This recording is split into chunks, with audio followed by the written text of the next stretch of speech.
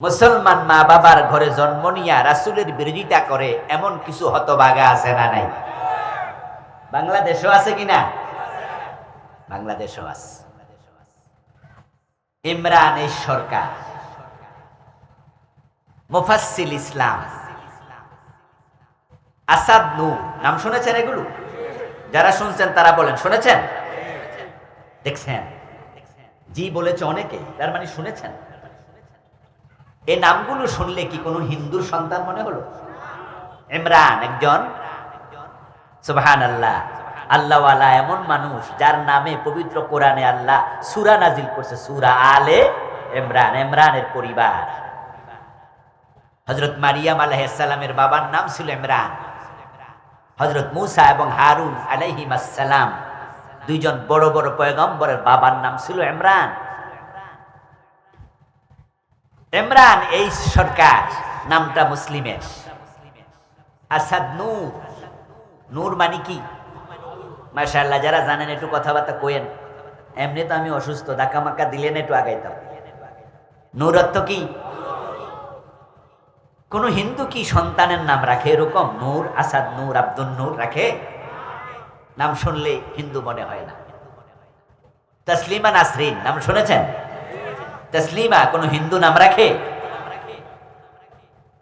এবার আপনাদের কাছ থেকে জানতে চাই, এই লোকগুলো মুসলমানের সন্তান হওয়ার পরও তারা নবীর প্রেমিক, দোস্ত হয়েছে না দুশমন হয়েছে?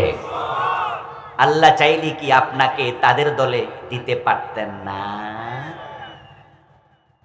রাসূলুল্লাহ সাল্লাল্লাহু আলাইহি ওয়াসাল্লাম বলেছেন, মানুষের অন্তর থাকে আল্লাহর দুই আঙ্গুলের মাঝখানে। আল্লাহ যেদিকে চান ঘুরিয়ে দেন। এজন্য প্রিয় নবীজি মহামানব সাহেবুল ওহী হওয়ার পরেও উনি দোয়া করতেন, ইয়া মুকাল্লিবাল কুলুব সাব্বিত কলবি আলা দীন, ইয়া মুসাররিফাল কুলুব সাররিফ কলবি ইলা তাআতি। ও অন্তরের পরিবর্তনকারী আল্লাহ, আমার অন্তরকে তুমি উল্টাইয়া দিও না, তোমার দ্বীনের উপরে অটল অবিচল করে দাও। সুবহানাল্লাহ। আল্লাহ উল্টাইয়া দিলে আপনি দ্বীনের পথে আর চলতে পারবেন না। আমার বন্ধু, প্রিয় নবীর উম্মত হতে পারা সৌভাগ্যের, সেটাই বলছিলাম। শুধু আবু লাহাব নয়, রাসূলুল্লাহ সাল্লাল্লাহু আলাইহি ওয়াসাল্লামকে মক্কায় যে মানুষটা সবচেয়ে বেশি ভালোবাসা দিয়েছেন, প্রিয় নবীর জন্মের আগে বাবা নাই, 5 বছর বয়সে মা নাই, 8 বছর বয়সে দাদা নাই। আল্লাহর হাবিব 8 বছর বয়সে আশ্রয় নিলেন যে চাচার কোলে, ওই চাচার নাম ছিল আবু তালেব। রাসূলুল্লাহ সাল্লাল্লাহু আলাইহি ওয়াসাল্লামকে কোলে পিঠে করে মানুষ করলেন যে লোকটা, প্রিয় নবীর বয়স যখন 50, তখন আবু তালেব ইন্তেকাল করে। 8 বছর বয়স থেকে 50 বছর বয়স পর্যন্ত 42টা বছর বাতিজা মুহাম্মদকে বটবৃক্ষের মতো ছায়া দিয়ে আগলায়া রাখছে। অথচ সেই আবু তালেব সৌভাগ্য নসিব হয় নাই। নেয়ামতের কদর করেন। আজকে আমি লম্বা চূড়া আলোচনা করব না, করা আমার স্বাস্থ্যের জন্য ঠিক নয়। আল্লাহ যদি বাঁচায় রাখে কথা বলা যাবে না ইনশাআল্লাহ। আজকে কম কথা বললে মনে কষ্ট নেবেন না তো? যতটুকু বলি একটু বুঝেন আর কি। আমার প্রিয় ভাই, আপনার এটা নসিব, সৌভাগ্য। আবু তালেব রাসূলকে পাললো, লাললো, কান্দে করে, কোলে করে, কিন্তু উম্মত হওয়ার সৌভাগ্য। বরং রাসূলুল্লাহ সাল্লাল্লাহু আলাইহি ওয়াসাল্লাম আবু তালেবকে ওনার ইন্তেকালের সময় বালিশের পাশে বসে বললেন, আম্মি কুল লা ইলাহা ইল্লাল্লাহ আশহাদ লাকা বিহা ইনদাল্লাহ। সহিহ মুসলিমের হাদিস, কিতাবুল ঈমানে এসেছে। আবু তালেব প্রিয় নবী, আবু তালেবের মাথার পাশে বলছে, ও আমার প্রিয় চাচা, আপনি তো মরে যাচ্ছেন, লক্ষণ তো ভালো না, আজরাইল তো এসে গেছে, মনে হচ্ছে আমার কাছে আর বাঁচবেন না আপনি। আমি আপনার ভাতিজা নবী মুহাম্মদ অনুরোধ করতেছি, ইন্তেকালের আগে একটা বার লা ইলাহা ইল্লাল্লাহ কালেমাটা পড়ে যান। আশহাদ লাকা বিহা ইনদাল্লাহ, এই কালেমা পড়ে যদি মরে যান, কিয়ামতের দিন আপনি ঈমানদার ছিলেন, আমি নবী মুহাম্মদ আপনার পক্ষে সাক্ষী হয়ে দাঁড়ায়া যাব। আমি সাক্ষী হয়ে দাঁড়ায় যাব, আমি সাক্ষ্য দেব যে আপনি মুমিন ছিলেন। একটা বার কালেমাটা পড়ে মরে যান। বালিশের এই পাশে নবী মুহাম্মদ বসা, ওই পাশে বসা আল্লাহর দুশমন আবু জেহেল এবং মক্কার আরেক আল্লাহর দুশমন, তার নাম ছিল আব্দুল্লাহ ইবনে আবি উমাইয়া। এই দুই মালউন বালিশের ওই পাশে বসা। বাতিজার কালেমা উপস্থাপন দেখে আবু তালেব কিছুটা নিমরাজি হয়ে গেলেন। তখনই আবু জেহেল বলে বসলো, আবু তালেব, মরার সময় বাবার ধর্ম ছেড়ে মরবা, মুরতাদ হইয়া বেঈমান হইয়া মরবা নাকি? বাপ দাদার লাত মানাত উজ্জার সাথে বেঈমানি করা মরবা বুঝি? যখনই আবু জেহেলি জাতীয় খোসা মেরে কথা বলল, তখনই আবু তালেব মাথাটা একটু তুললেন। প্রিয় নবীজি ভাবলেন আবু জেহেলের কথা প্রত্যাখ্যান করে কালেমার ঘোষণা আমার চাচা বুঝি দিয়েই দেবে। কিন্তু না, আবু জেহেল এই কথা বলার পর আবু তালেবের অন্তর উল্টে গেল। তাকদীর বড় খারাপ, নবীর উম্মত হওয়ার সৌভাগ্য নাই। তে আবু তালেব বলছে, লাউলা আন তুআয়্যারানি কুরাইশুন লা আকরারতু বিহা আইনাক ওয়া কানা আখিরু কালামিহি মা কাল্লামাহুম হুয়া আলা মিল্লাতি আব্দুল মুত্তালিব। আওয়াজ দিয়া বলেন নাউযুবিল্লাহ। আবু তালেব বলছে, লাউলা আন তুআয়্যারানি কুরাইশ লা আকরারতু বিহা আইনাক। ও বাতিজা, তোমার কথা মেনে যদি কালেমার ঘোষণা দেই, এ কুরাইশের লোকেরা আমি মরার পর আমার বদনাম করবে। তারা বলবে আমি বাপদাদার ধর্ম ছাইড়া দিছি, আমি মুরতাদ, আমি বেঈমান, আমি কাফের। আমাকে তারা মালামত করবে, আমার বিরুদ্ধে অপপ্রচার চালাবে। আর আমি মরার পরে মানুষ অপপ্রচার করুক, আমার বিরুদ্ধে কথা বলুক, এটা পছন্দ করি না। এই আশঙ্কা না করলে আমি তোমার সামনে কালেমা পড়ে তোমার চোখ আমি শীতল করে দিতাম, কিন্তু আমি কালেমা পড়তে রাজি নই। নাউযুবিল্লাহ।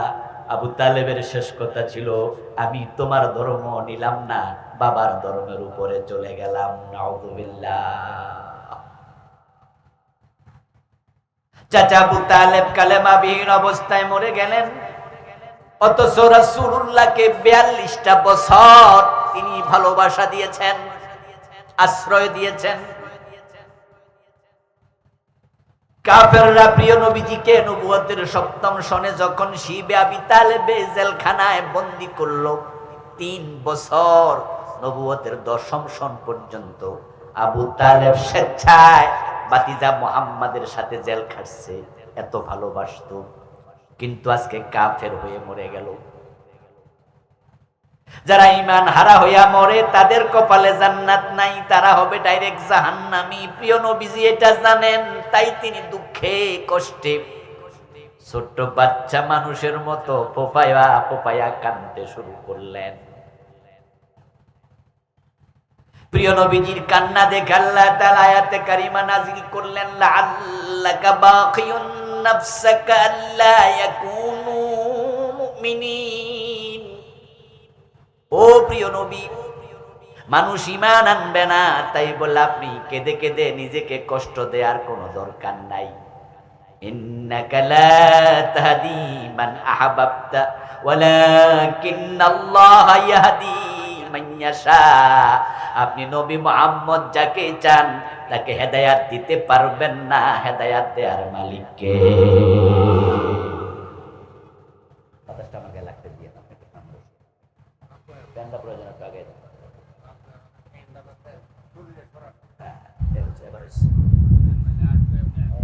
এখান থেকে আরেকটু করে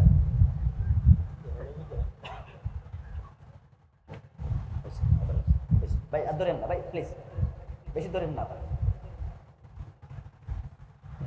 ইন্নাকা লা তাহদি মান আহবাবতা, আল্লাহ প্রিয় নবীজিকে সান্ত্বনা দিয়ে আয়াত নাযিল করলেন, নিশ্চয়ই আপনি যাকে চান তাকে হেদায়েত দিতে পারবেন না। চেষ্টা করেছেন কিন্তু পারেননি, কারণ হেদায়েত কার হাতে?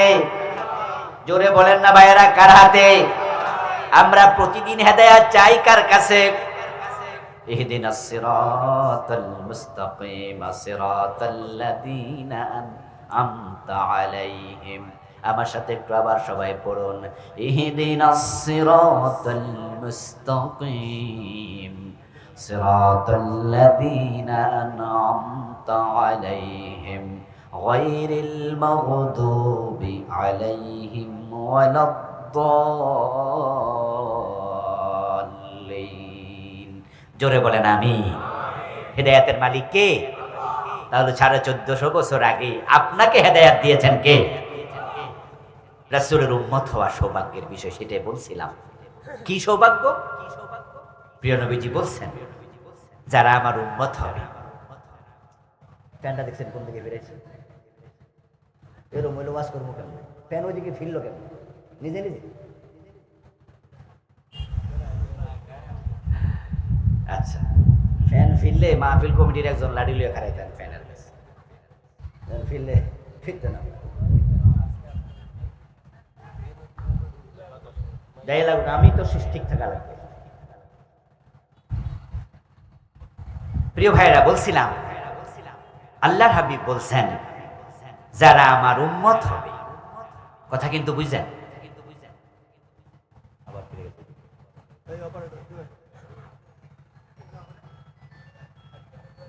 তোমার ফ্যান আমার দিকে ফেরা, ওই দিকে ফিরে যায় কেন?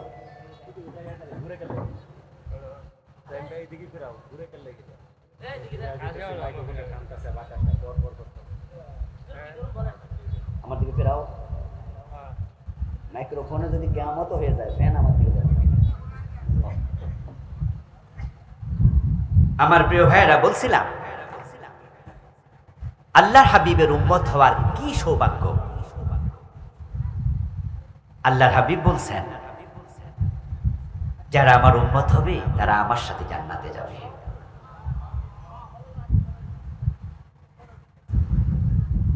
قال النبي صلى الله عليه وسلم أنا أول من يحرق حلق الجنة فيقول الخازن من أنت فأقول محمد فيقول الخازن بك أمرت ولا أفتح لأحد قبلك فأدخل الجنة ومعي فقراء المسلمين। আল্লাহর হাবিব বলছেন, আমি সব মানুষের আগে কিয়ামতের দিন আল্লাহর জান্নাতের দরজায় পৌঁছবো। জান্নাতে করাঘাত করব। দরজায় আঘাত করার পরে ভিতর থেকে ফেরেশতা জিজ্ঞাসা করবে, কে? আমি পরিচয় দিয়ে বলবো, আনা মুহাম্মদ সাল্লাল্লাহু আলাইহি ওয়াসাল্লাম। আমার পরিচয় শুনে ফেরেশতা জান্নাতের দরজা খুলবে। দরজা খুলে বলবে, বিকা উমিরতু আল্লা আফতাহ লি আহাদিন ক্বাবলাক। আদিষ্ট হয়েছিলাম, আল্লাহ আদেশ করেছিলেন আপনার আগে যেন কারো জন্য জান্নাতের দরজা খুলে না দেই। আমার জন্য সব মানুষের আগে জান্নাতের দরজা খোলা হবে। ফায়াদখুলুল জান্নাহ ওয়া মাই ফুকারাউল মুসলিমিন। তখন আমি সবার আগে জান্নাতে ঢুকবো, একানই একানই আমার সাথে গরিব উম্মত গুলাও ঢুকবে।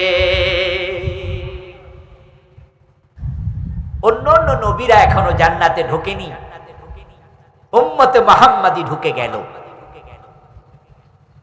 অন্য নবীরা তাদের উম্মত নিয়ে পরে আসবে। এই যে আমরা অন্য অন্য নবীর আগে জান্নাতে যাওয়ার চান্স পেলাম, সুযোগটা আল্লাহ করে দিলেন, এটা কি আমাদের কৃতিত্ব না রাসূলুল্লাহর কৃতিত্ব? ইয়েস, উনার সঙ্গী হতে পারা এটা আমাদের সৌভাগ্য। রাস্তায় যখন ধুলাবালি থাকে তখন এটা মূল্যহীন। কিন্তু স্বর্ণ দোকানে যখন স্বর্ণ কিনতে যান, যে নেকলেসটা সাজায়া রাখে, গলার চেইনটা সাজায়া রাখে, জলীয় বাষ্প থেকে বাতাসের সাথে ওই নেকলেসের গায়ে কি ধূলিকণা লাগে না? কি মনে হয়, কথা বলেন? লাগে। কিন্তু সেটা ছোট হওয়ার কারণে খালি চোখে দেখা যায় না। আচ্ছা, আপনারা যারা স্বর্ণ অলংকার কিনেন, তারা কি স্বর্ণের দোকানে যাইয়া স্বর্ণের নেকলেস কেনার সময় এটা কি পানিতে চুবাইয়া কিনেন? আমরা বলি যে ভাই এই নেকলেসটা কত, এটা বড়ি কত, বলে এটার বড়ি 1 লাখ টাকা। ওকে, ওজন করেন, পছন্দ হয়েছে দেন। এটা পানিতে চুবাইয়া ধুলাবালি মুক্ত করা হয় না। জলীয় বাষ্প কণা থেকে কিছু ধুলাবালি বাতাস থেকে ওই স্বর্ণের গায়েও লেগে গেছে। কিন্তু যখন এটা বিক্রি হয়, স্বর্ণের বড়ি যত, ওই ধুলাবালির বড়িও ঠিক তত। 1 লাখ টাকা বড়ি, কল্পনা করা যায়? এটা ধুলাবালির কৃতিত্ব নয়, কৃতিত্ব হলো স্বর্ণের তার গায়ে লেগেছে তাই। আমার সামনে যারা আছেন অধিকাংশ আমরা কৃষকের সন্তান। আমরা যখন ধানের সাথে যেই চিটা হয় এটা আমরা আলাদা করে ফেলি, তখন এটার মন কেউ ওজনে কিনে না, এটা হয় ডাস্টবিনের ময়লা, এটা ফেলে দেয়, অথবা এটা দিয়ে আগুন জ্বালানো হয়, লাকড়ি হয়। এটা মন হিসাবে মানুষ কিনতে চায় না। কিন্তু ধানের সাথে যে কয়টা সিটা থাকে তার মূল্য ঠিক তত, ধানের মূল্য। এখন উম্মত হলে জান্নাত নয়। قال النبي صلى الله عليه وسلم من حب سنتي فقد حبني ومن حبني كان معي في الجنة। প্রিয় নবীজি বলেছেন, শোনো, তোমরা যারা আমি নবীকে পাওয়ার পরে আমার জীবন আছার ফলো করবে, আমার সুন্নাহকে ভালোবাসবে, আমার সুন্নাহর আলোকে জীবন সাজাবে, ফাকাদ হাব্বানি, প্রমাণ হবে সে আমি নবী মুহাম্মদকে ভালোবাসে। ওয়া মান আহাব্বানি কানা মাই ফিল জান্নাহ, যে আমার জীবন আচার ফলো করে সুন্নাহর আলোকে জীবন সাজাবে, সে জান্নাত আমি নবীর সাথে ঢুকবে। রাসূলুল্লাহ সাল্লাল্লাহু আলাইহি ওয়াসাল্লামকে নবী হিসাবে পাওয়ার পরেও যেই লোকটা জান্নাতে ঢুকতে পারলো না, সে হতভাগা। আল্লাহ তাআলা এত বড় নিয়ামত আপনাকে আমাকে দিলেন। প্রিয় নবীজি বলছেন, লাউ কানা মূসা হাইয়া ওয়া আদরাকা নবুওয়াতি লাত্তাবাআনি। আমি নবীকে মাগনা পেয়ে গেছো নবী হিসাবে। শোনো, নবী মূসা যদি জীবিত থাকতো আর আমি উনার জীবিত থাকাকালে নবী হিসাবে আবির্ভূত হতাম, নবী ঈসা, নবী মূসা সহ যত নবী, সব নবী রাসূল একজনকে বলে বাকিদেরকেও বুঝালেন, তাদের নবুয়ত স্থগিত হতো, তোমাদের মতো উম্মত হয়ে তারাও আমাকে অনুসরণ করত। প্রিয় নবীজিকে নবী হিসাবে পাওয়ার পরও অনুসরণ করছে না, এমন লোকের সংখ্যা সমাজে কম না বেশি? আজকের মাহফিলে টাকনুর নিচে কাপড় পরে বসে আছেন। মাহফিলে আসার সময় টাকনুর নিচে আপনার পাজামা, প্যান্ট, লুঙ্গিটা ছিল। ঠিক মাহফিল থেকে যাওয়ার সময় টাকনুর নিচেই কাপড়টা থাকবে, এমন শ্রোতা আছে না নাই? আচ্ছা, মাহফিলে যদি থাকে তাহলে মাহফিলে যারা আসে নাই তারার খবর কি? আজকের মাহফিলে আসার সময় বিড়ি টানতে টানতে আইছে, আবার মাহফিল প্যান্ডেল থেকে বাহির হওয়ার সাথে সাথে আরেকটা ধরাইব, বাড়ি পর্যন্ত বিড়ি টানতে টানতে যাবে, এমন শ্রোতা আছে না নাই? তো মাহফিলে যদি থাকে বাহিরের খবর কি? নিজের স্ত্রীটা পর্দায় চলে না, নিজের মেয়েটা বোরকা পরে কলেজে যায় না, এমন শ্রোতা আজকের মাহফিলে আসে না নাই? তো মাহফিলে যদি থাকে বাহিরের খবর কি? মানুষ বলে সুন্দর আলী যদি কালা হয়, কালামিয়ার খবর কি? এক বেটা নাকি ব্যাংকে যাইয়া চেক লিখছে, অফিসার চেক হাতে নিয়ে লেখে, চেকের মাঝে লেখা 10,000 টাকা নাই।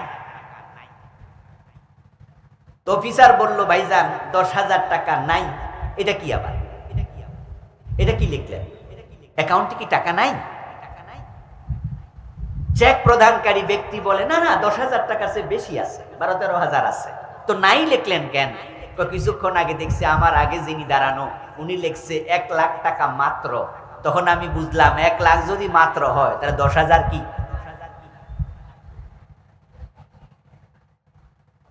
যদি আপনার স্ত্রী বেপরদায় চলে, আপনার মেয়ে বেপরদায় চলে, আপনি সিগারেট পান করেন, আপনি টাকটুর নিচে কাপড় রাখেন, আপনি দাড়ি কামান, তাহলে রাসূলের সাথে আপনার জীবনের মিল না অমিল? উম্মত দাবি করে কোনো লাভ। قال النبي صلى الله عليه وسلم كل امتي يدخلون الجنة إلا من أبى। প্রিয় নবীজি বললেন, আমার উম্মত হওয়া সৌভাগ্যের ব্যাপার, কারণ আমার সব উম্মত জান্নাতে যাবে। সুবহানাল্লাহ পড়েন। কুল্লু, কুল্লু মানে কি? সহজ শব্দ, সবাই বোঝেন। কুল্লু উম্মতি ইয়াদখুলুনাল জান্নাহ, আমার সব উম্মত জান্নাতে যাবে। ইল্লা মান আবা, তবে অস্বীকারী জান্নাত পাবে না। সাবধান মুসলমান, অস্বীকারী হবেন না। কিলা মান আবা ইয়া রাসূলুল্লাহ, প্রশ্ন করা হলো আল্লাহর নবী অস্বীকারী উম্মতকে। ক্বালা মান আতাআনি দাখালাল জান্নাতা ওয়া মান আসানি ফাকাদ আবা। প্রিয় নবী ব্যাখ্যা দিলেন, যে ব্যক্তি আমার জীবন অনুসরণ করে তার জীবন সাজাবে, সে আমাকে অনুসরণকারী জান্নাতে যাবে। ওয়া মান আসানি ফাকাদ আবা, আর আমাকে অনুসরণ করে যে জীবন সাজাবে না, অস্বীকারী উম্মত হওয়ার পরও তার কপালে জান্নাত মিলবে না। উম্মত হয়ে অস্বীকারী হলো উপায় নাই। এখন বাংলাদেশে নাকি 92% মুসলমান। আমি বলি কাজীর গরুর মতো কেতাবে আছে, গোয়ালে নাই। বাস্তবে 92% মুসলমান লাগে না। যদি 51% বাস্তবে মুসলমান থাকতো, অনেক আগে বাংলাদেশ আল্লাহর কোরআনের আইনে চলত।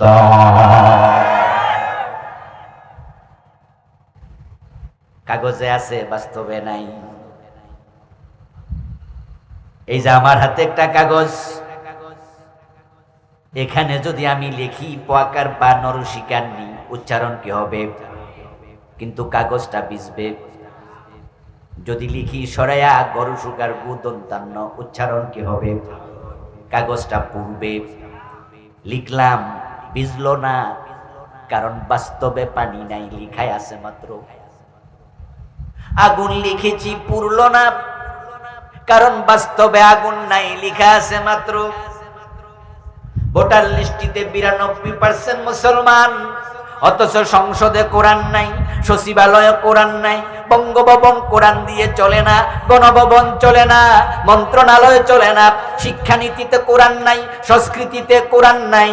পুরা দেশের অফিস আদালত, DC office, T1 office, OC, আপনার এসপি অফিস, কোন জায়গায় কোরআন দিয়ে চলে না। এটাই প্রমাণ করে 92% মুসলমান কাগজে কলমে আছে, বাস্তবে নাই। বাস্তব উম্মত না হলে জান্নাত কপালে জুটবে না।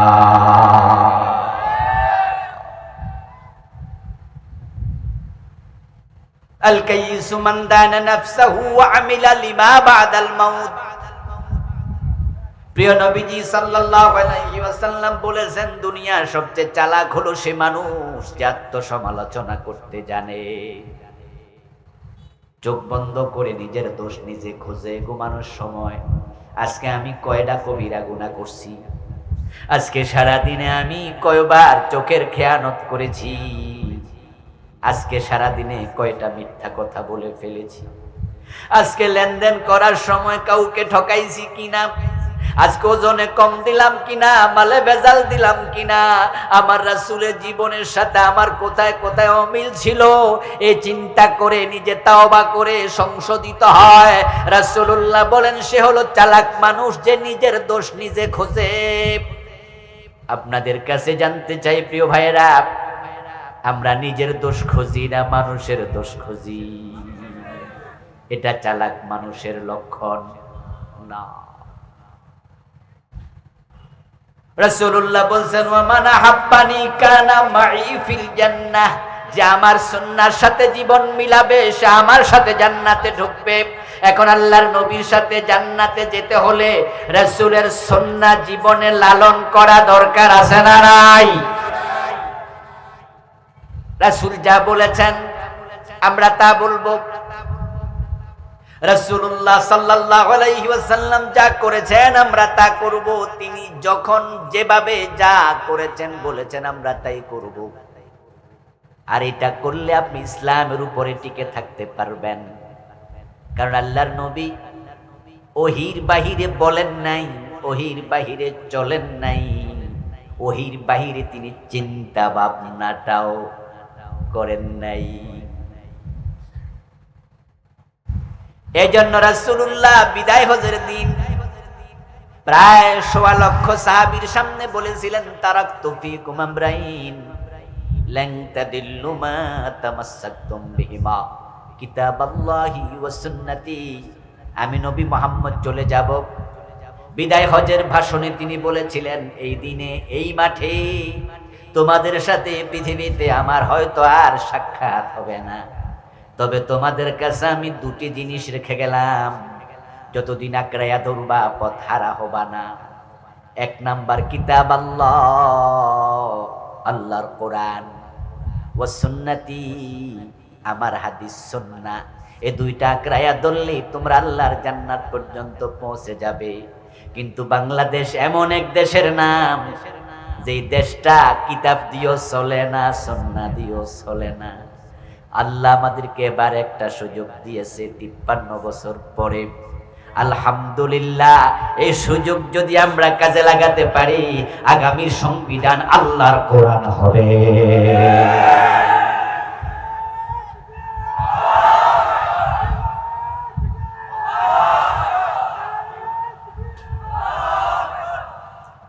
সুযোগ আল্লাহ করে দিলেন।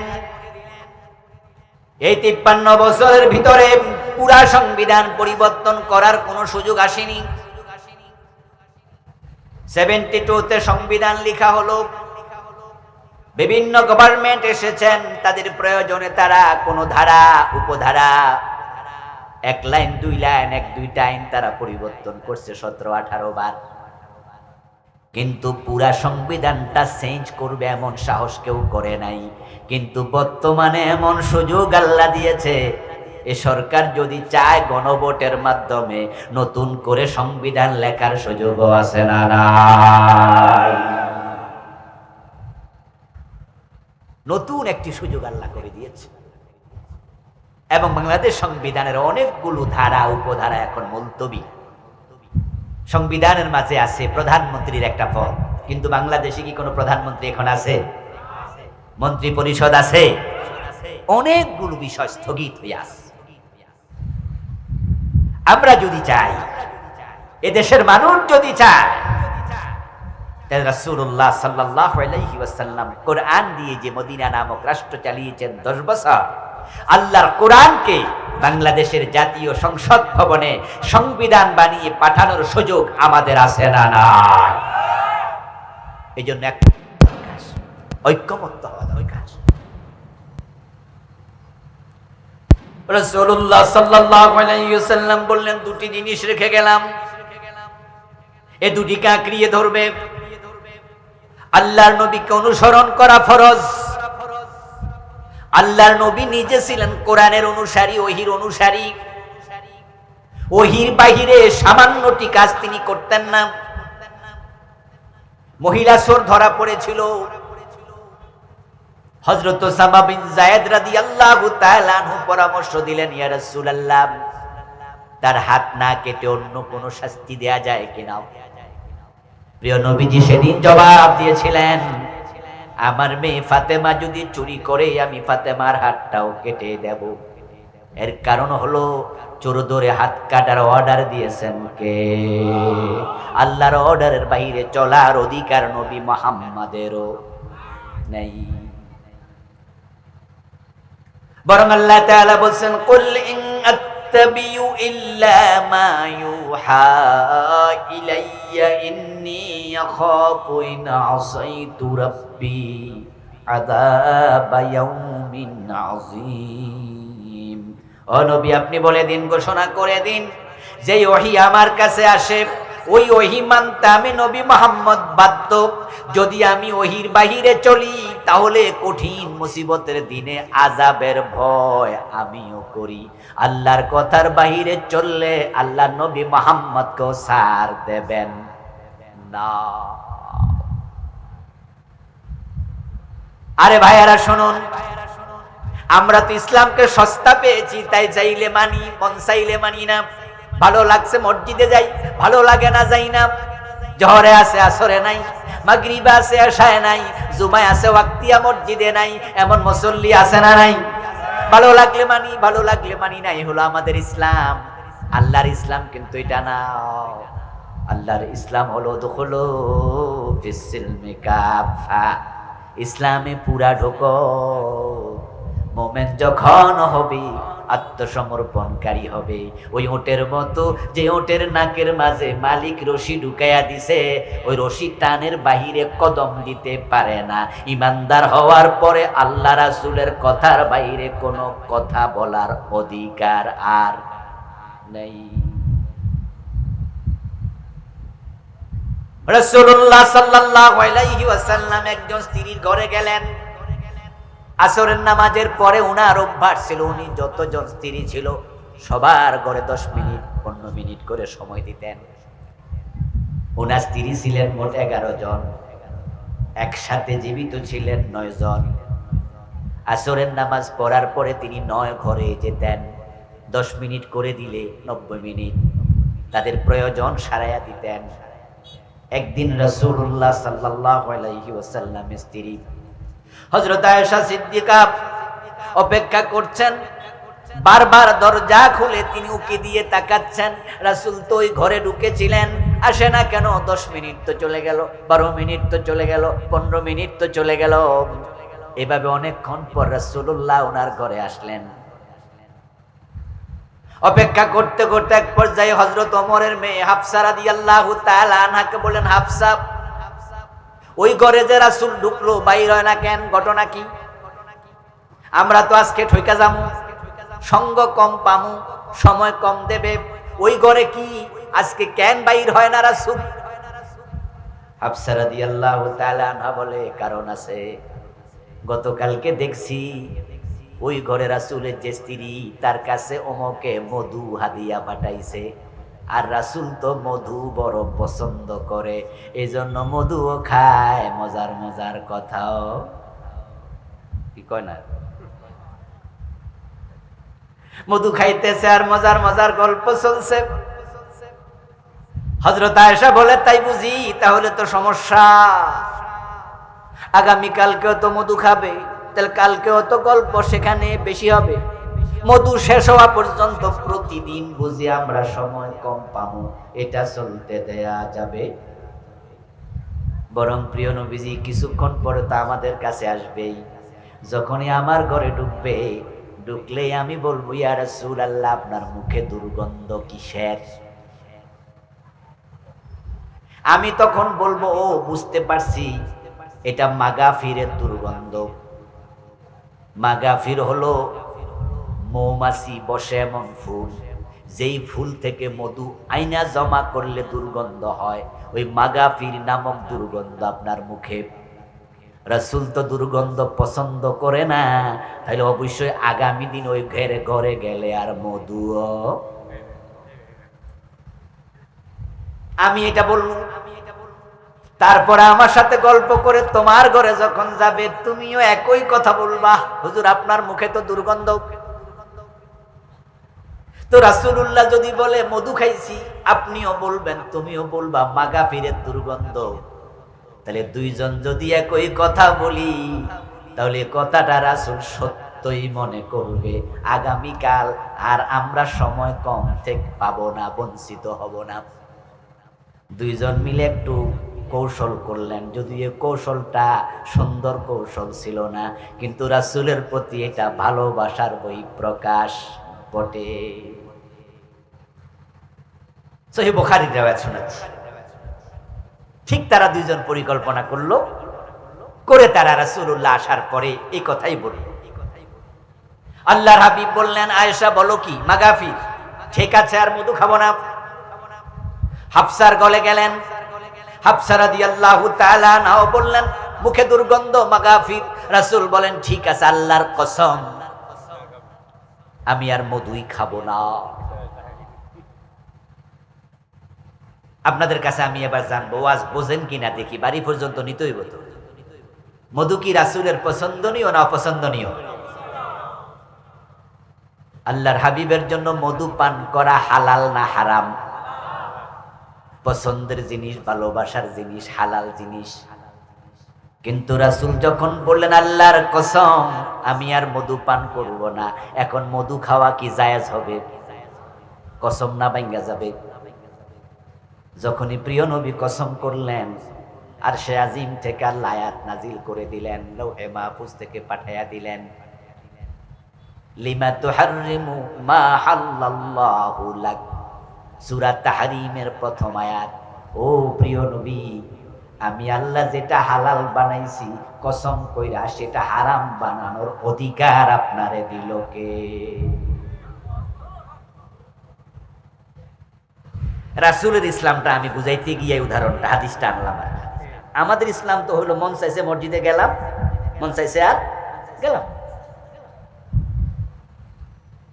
মহিলা চোর ধরা পড়ছিল, আমি সেখান থেকে আসতেছিলাম, রাসূল বলে আমার মেয়ে ফাতেমা চুরি করলে হাত কেটে দেব। কারণ চোর ধরে হাত কাটার আদেশ দিয়েছেন কে? জোরে বলেন কে? রাসূল বলে আমার মেয়েকে ছাড় দেব না। এবার আপনাদের কাছে আমি প্রশ্ন করতে চাই, 53 বছর বাংলাদেশে চোরের হাত কাটছেন কয়দিন? এদেশে চোর নাই, তো হাত কাটলেন না। এই যে আপনি কাটলেন না, আল্লাহর আইনের বাহিরে চলে গেলেন। যে রাসূলের জীবনের সাথে আল্লাহর বিধানের সাথে জীবন মিলাবে না, সে রাসূলের সাথে জান্নাতে যাবে কেমনে?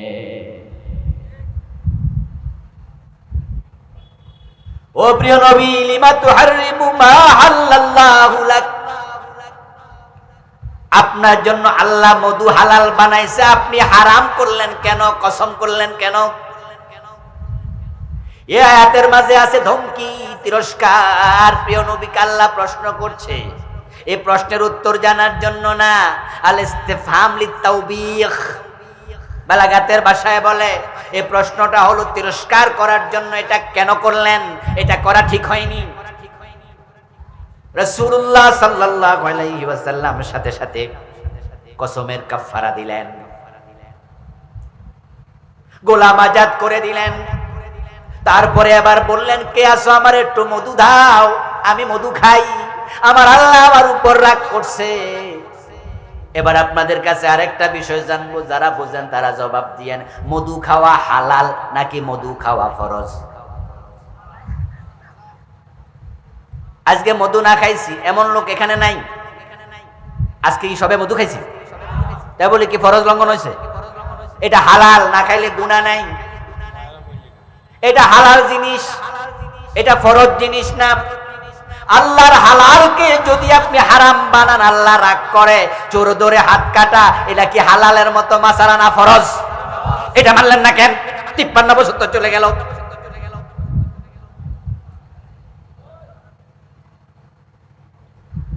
ও প্রিয় ভাইরা, রাসূলের ইসলাম বুঝতে হবে। হযরত আবু বকর যখন খলিফা, একদল লোক যাকাত দিতে অস্বীকার করলো। আবু বকর সিদ্দিক তাদের বিরুদ্ধে যুদ্ধ ঘোষণা করলেন, বললেন লাউ কাতিলান্না মান ফাররাকা বাইনাস সালাতি ওয়াজ যাকাত। যারা নামাজ পড়তে রাজি, যাকাত দিতে রাজি নাই, তাদের সাথে আমি যুদ্ধ করব। হযরত ওমর দৌড়াইয়া আসলেন, আবু বকর সিদ্দিককে বলেন, আমিরুল খলিফাতুর রাসূলুল্লাহ, আপনি তাদের সাথে কেমনে যুদ্ধ করবেন? তারা যাকাত দিতে অস্বীকার করলেও তো তারা এখনো কালেমা অস্বীকার করে নাই। তারা তো নামাজ পড়ে, নামাজ তো স্বীকার করে নাই। আবু বকর সিদ্দিক বললেন, ওমর শোনো, নামাজ পড়তে রাজি, যাকাত দিতে রাজি নাই, তাদের সাথে আমার যুদ্ধ হবে। রাসূলের ইসলামে কোনো হেরফের চলবে না। এবার আরো একটু ভালো করে শোনো, লাউ মানাউনি ক্বালা কানু ইউদ্দুনাহু ইলা রাসূলিল্লাহি সাল্লাল্লাহু আলাইহি ওয়াসাল্লাম লাকাতালতুহুম আলা মানইহি। আমার যুদ্ধের ঘোষণা শুনে ওই মানুষগুলো যদি যাকাত দিতে রাজি হয়ে যায়, তারা আমার কাছে মেসেজ পাঠায়, আবু বকর আমরা যাকাত দেব, আপনি যুদ্ধ করবেন না, তবে আমরা যাকাতের উট দেব, রশি দেব না, যাকাতের গরু দেব, রশি দেব না। অথচ রাসূলুল্লাহর যুগে তারা উটও দিত, উট টেনে আনার জন্য রশিও দিত। আমি আবু বকর রশির জন্য জিহাদ করব।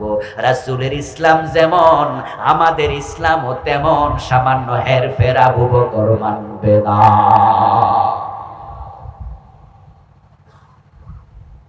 এই হলো আবু বকরের ইসলাম। আর এই বাংলাদেশে আমরা 53 বছর কাটায়া দিলাম। চোর ধরে হাত কাটে না, ডাকাত ধরে শুলে দেয় না, জেনা করলে পাথর মারে না, মদ পান করলে 80 বেত দেয় না। আল্লাহর বক্তব্য ছিল লাহুল খালকু ওয়াল আমর, সৃষ্টি যার, আইন চলবে শুধুই তার।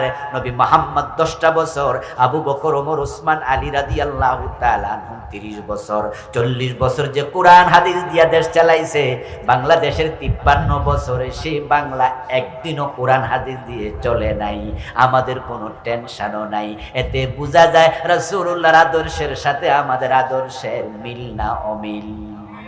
অমিল থাকলে জান্নাত পাবেন কেমনে? ও প্রিয় ভাইরা, পীর সাহেব হুজুররা সুন্নতের ওয়াজ করে, মুরিদরা খুশি হয়ে বাড়ি যায়। যাওয়ার পথে ভাবে রাসূলের সাথে জান্নাতে ঢুকবো। আমরা তো দাড়ি রাখছি, টুপি মাথায় দিছি, হুজুর মুখের মাঝে হাত দিয়া, আমি নিজে দেখেছি, সম্ভবত ক্লাস 7-এ পড়ি।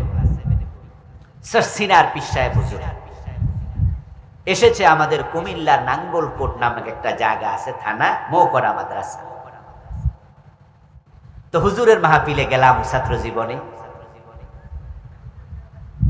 হুজুরের সাথে ঘরে সাক্ষাৎ করতে গিয়ে দেখি লোকজন হুজুরের কাছে বিভিন্ন রকমের হাদিয়া তোহফা দিচ্ছে, মুসাফা করছে, দোয়া নিচ্ছে।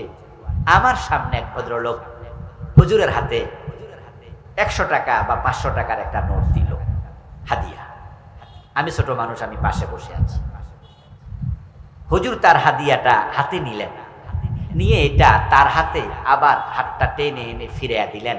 মুখের মাঝে হাত দিয়ে বললেন, আপনি আগে দাড়ি রাখেন, পরের বার হাদিয়া নিয়ে আসলে আমি এটা কবুল করব। এই টাকাটা আপনার কাছে রেখে দিলাম, দাড়ি সহ আসবেন। হুজুরের সেই নসিহাটা আমার আজ পর্যন্ত মনে আছে। এ দাড়ি মুখে রেখে আমরা মনে করি সুন্নাহ আমল করেছি, টুপি মাথায় দিয়ে মনে করি সুন্নাহ আমল করেছি। আলহামদুলিল্লাহ, তাবলীগে এক সিল্লা দেওয়ার পরে দেখেন যে কত আল্লাহর বান্দা দাড়ি রেখে দেয়, মাথায় টুপি পরে। এই মসজিদ, এই মাহফিলে আজকে যারা আছেন, সুন্নাহর ওয়াজ শুনে আপনারা অনেকেই খুশি হবেন, যাক আমার ভিতরে সুন্নাহ আছে। কিন্তু আমি এক জায়গায় প্রশ্ন রাখতে চাই, প্রিয় ভাইয়েরা, রাসূলুল্লাহর সুন্নাহ কি টুপি, দাড়ি, পাজামা, পাঞ্জাবি এখানে শেষ, না আরো আছে? এখন আমাদের ঝামেলা হয়েছে, আমরা ইসলামকে নিজের সুবিধা মতো ভাগ করছি। যেই নবী মুখে দাঁড়িয়ে রাখছে তিনি কোরআন দিয়ে দেশ চালাইছে, যেই নবী মাথায় টুপি মাথায় দিয়েছে সে নবী জিহাদের মাঠে তলোয়ার হাতে নিয়ে ঝাঁপিয়ে পড়েছে, ঠিক কিনা?